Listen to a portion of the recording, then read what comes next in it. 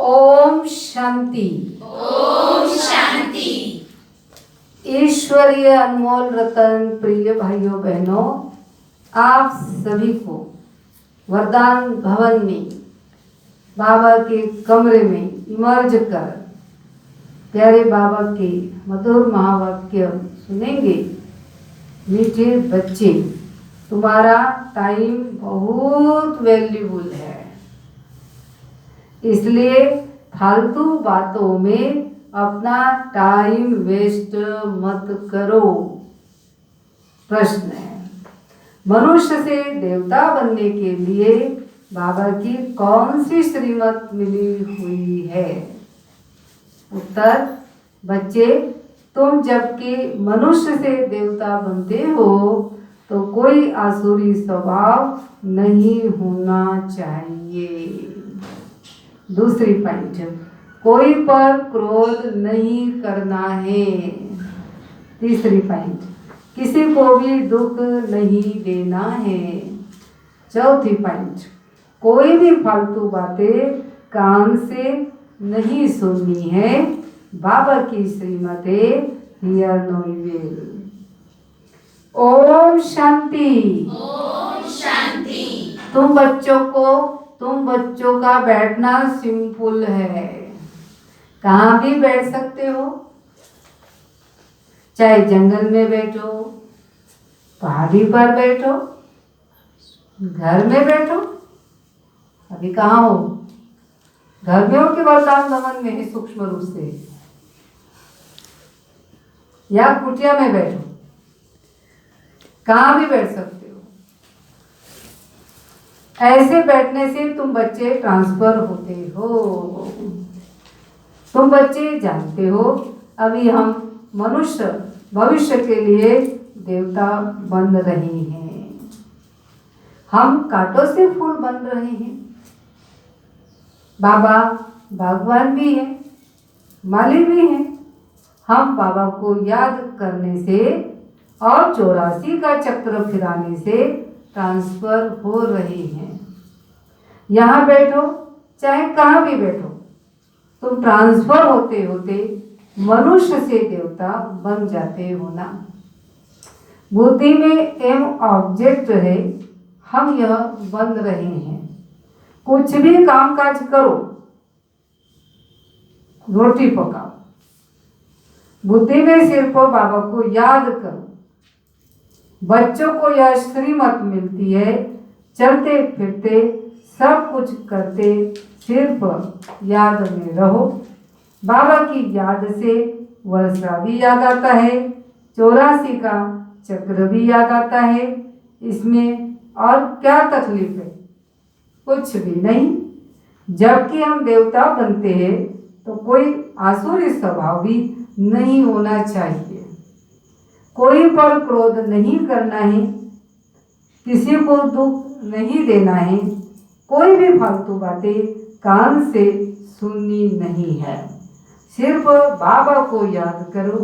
बाकी संसार की झगमई तो बहुत ही सुनी। आधा कल्प से यह सुनते सुनते तुम नीचे गिरे हो। अब बाबा कहते हैं यह झगमुई न करो। फलाना ऐसा है, इनमें यह है। कोई भी फालतू बातें नहीं करनी है। यह जैसे कि अपना टाइम वेस्ट करना है। तुम्हारा टाइम बहुत वैल्यूबल है। पढ़ाई से ही अपना कल्याण है, इनसे ही पद पाएंगे। उस पढ़ाई में बहुत मेहनत करनी पड़ती है। इम्तहान पास करने विलायत में जाते हैं। तुमको तो कोई तकलीफ नहीं देते हैं। बाप आत्माओं को कहते हैं मुझ बाप को याद करो। एक दो को सामने बिठाते हैं तो भी बाबा की याद में रहो। याद में बैठते बैठते तुम कांटों से फूल बनते हो। कहते हैं हम तुमको आधा कल्प के लिए निरोगी बनाते हैं। सिर्फ मुझे याद करो तो भी कर्म विनाश होंगे। तुम 21 जन्म के लिए निरोगी बन जाएंगे। यह गांठ बांध देनी चाहिए। बाबा कहते हैं मैं तुमको अपने से भी ऊंच डबल सिर ताज बनाता हूँ। लाइट का ताज मिलता है याद से, और 84 के चक्र को जानने से तुम चक्रवर्ती बनते हो। अभी तुम बच्चों को कर्म अकर्म विकर्म की गति भी समझाइए। सत्युग में कर्म अकर्म होता है, रावण राज्य में ही कर्म विकर्म होता है। सीढ़ी उतरते आते कला कम होते होते उतरना ही है। अब बाबा कितना प्यार से पढ़ाते हैं, कोई लड़ाई की बात ही नहीं। बेगर लाइफ है, पराया राज्य है, अपना सब कुछ गुप्त है। बाबा भी गुप्त आया हुआ है, आत्माओं को बैठ समझाते हैं। आत्मा ही सब कुछ करती है, शरीर द्वारा पाठ बजाती है। वह भी देवीमान में आई है। अब बाप कहते हैं देही अभिमानी बनो। बाप और कोई जरा भी तकलीफ नहीं देते हैं। बाप जब गुप्त रूप में आते हैं तो तुम बच्चों को गुप्त दान में विश्व की बादशाही देते हैं। तुम्हारा सब कुछ गुप्त है, इसलिए रसम के रूप में कन्याओं को जब दहेज देते हैं तो गुप्त ही देते हैं। वास्तव में गाया जाता है गुप्तदान महापुण्य। 2-4 को मालूम पड़ा तो वह ताकत कम हो जाती है। बाबा कहते हैं बच्चे तुम प्रदर्शनी में पहले इस लक्ष्मी नारायण के चित्र पर सबको समझाओ। राजा में पावर रहती है, ईश्वर अर्थ दान करते हैं तो उसमें पावर रहती है। यहाँ तो कोई भी पावर ही नहीं, जिसको जो आया करते ही रहते हैं। तुम बहुत सौभाग्यशाली हो। सुना? क्या सुना? तुम बहुत ही सौभाग्यशाली हो। क्यों? खिवैया ने हाथ पकड़ा है। खिवैया ने हमारा हाथ पकड़ा है, इसलिए हम बहुत भाग्यशाली है। भाग्यशाली नहीं, सौभाग्यशाली है। बच्चे जानते हैं बाबा बहुत बहुत बहुत मीठा है। आधा कल्प गाते आते हैं तुम मात पिता हम बालक तेरे, तुम्हारी कृपा से सुख धनेरे। अच्छा मीठे मीठे सिक्के लगे बच्चों प्रति माता पिता बाप दादा का प्यार और गुड मॉर्निंग। रूहानी बाप की रूहानी बच्चों को नमस्ते। हम रूहानी बच्चों की रूहानी बाप दादा को प्यार गुड मॉर्निंग नमस्ते। सारे ज्ञान की बातों के सिवाय और कोई बात मुख से नहीं निकलनी है। झमुई की बातें कभी नहीं सुननी है। मुख से रतन निकलते रहे, पत्थर नहीं। दूसरी पॉइंट है सर्विस के साथ साथ याद की यात्रा में रह स्वयं को निरोगी बनाना है। अविनाशी सर्जन स्वयं भगवान हमें मिला है 21 जन्म के लिए निरोगी बनाने। इसी नशे में खुशी में रहना है। वरदान याद के जादू मंत्र द्वारा सर्व सिद्धियां प्राप्त करने वाले सिद्धि स्वरूप भव। पॉइंट है बाबा की याद ही जादू का मंत्र है। इस जादू के मंत्र द्वारा जो सिद्धि चाहो वह प्राप्त कर सकते हैं। जैसे स्थूल में भी किसी कार्य की सिद्धि के लिए मंत्र जपते हैं, ऐसे यहाँ भी अगर किसी कार्य में सिद्धि चाहिए तो यह याद का महामंत्र ही विधि स्वरूप है। यह जादू मंत्र सेकंड में परिवर्तन कर देता है। इसे सदा स्मृति में रखो तो सदा सिद्धि स्वरूप बन जाएंगे, क्योंकि याद में रहना बड़ी बात नहीं है। सदा याद में रहना यही बड़ी बात है। इसी से सर्व सिद्धियां प्राप्त होती है। स्लोगन सेकंड में विस्तार को सारूप में समा लेना, अर्थात अंतिम सर्टिफिकेट लेना। आज का सम्मान है मैं भगवान की सर्वश्रेष्ठ रचना हूँ। कौन सा सम्मान है आज का? मैं भगवान की सर्वश्रेष्ठ रचना हूँ। योगाभ्यास मैं सर्वश्रेष्ठ अर्थात कोटों में कोई आत्मा हूँ। स्वयं भगवान हमारा बाप, टीचर और सतगुरु है। कितना मेरा सर्वश्रेष्ठ भाग्य है कि स्वयं भगवान बाप बनकर मेरी पालना कर रहे हैं। टीचर बनकर मनुष्य से देवता बनने की पढ़ाई पढ़ा रहे हैं। कोई और सद्गुरु बनकर सदगति की राह बता रहे हैं। वाह मेरा श्रेष्ठ भाग्य, वाह रे मैं, वाह मेरा बाबा। इसी ऊंचे समान में स्थित रह परमात्मा प्यार में समा जाए। चिंतन, अपने श्रेष्ठ भाग्य का चिंतन करे कि मैं भगवान की सर्वश्रेष्ठ रचना हूँ।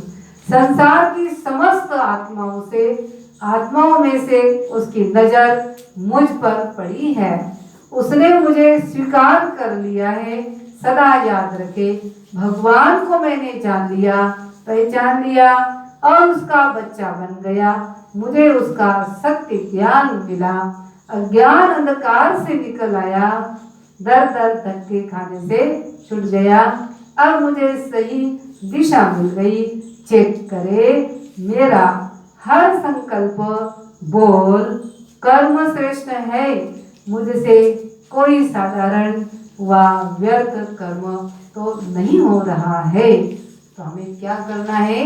आज सारा दिन भर बहुत नशे में रहना है, बहुत खुशी में रहना है। मैं भगवान की सर्वश्रेष्ठ रचना हूँ। तो आप सभी को हमने दर्शन करा ही दिया है। कितनी सारी चैतन्य देवियाँ हमारे पास में यहाँ बाबा के कमरे में बैठी है। आप वीडियो में देखेंगे। भगवान की सर्वश्रेष्ठ रचना। ये भी संगम युग में हम सभी को ऐसा श्रेष्ठ परिवार मिलता है कि हम बहुत ही सौभाग्यशाली है कि भैया बाबा ने हमारा हाथ पकड़ा है। हम तो जहाँ वहाँ भटक रहे थे, न मन में था न चित्त में था। बाबा ने आकर के हमारा हाथ पकड़ा और ऐसे ईश्वरीय सेवा में हम काम आ गए। कितना बड़ा हमारा सौभाग्य है कि इतने बड़े बाबा के बेहद कार्य में हम काम आ गए। और बाबा हम बच्चों को 21 जन्म के लिए सुखी बना रहे हैं, निरोगी बना रहे हैं। कितना हमको माला माल कर रहे हैं। बाबा हमको इतना सुख देते जितना दुनिया में कोई भी व्यक्ति नहीं दे सकता। तो ऐसे प्यारे बाबा को याद करना ही वास्तव में सच्चा जादू है। जादूगर बाबा है और हमें सर्व सिद्धियाँ चाहिए। एकमात्र उपाय है बाबा को प्यार से, दिल से, अच्छे से याद करना। तो हमारी अति स्नेही हमारी मातेश्वरी जी का पुण्य स्मृति दिवस अब 24 तारीख को आ रहा है और 24 तारीख को आप सबको हार्दिक निमंत्रण है। प्यारे बाबा को भोग स्वीकार कराएंगे, मातेश्वरी जी को भोग स्वीकार कराएंगे।